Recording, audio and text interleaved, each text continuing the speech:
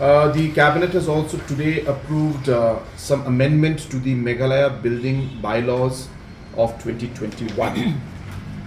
These building bylaws are, as of now, as per this cabinet memo, being made applicable in the Secretariat Hill and the European Ward area.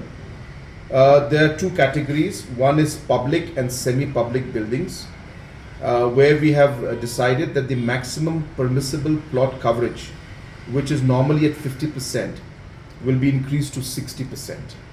So therefore, the maximum permissible plot coverage area for public and semi-public buildings in the Secretariat Hill and the European Ward area will be increased from 50% to 60%.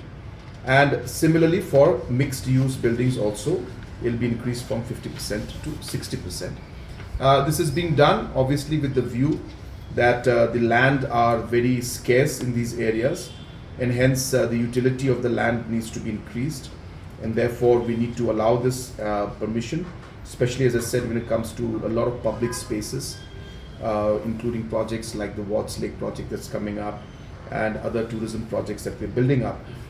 We would like to see that maximum utility of the land is made. So with that objective, we are allowing and amending the Meghalaya building bylaws in these specific areas.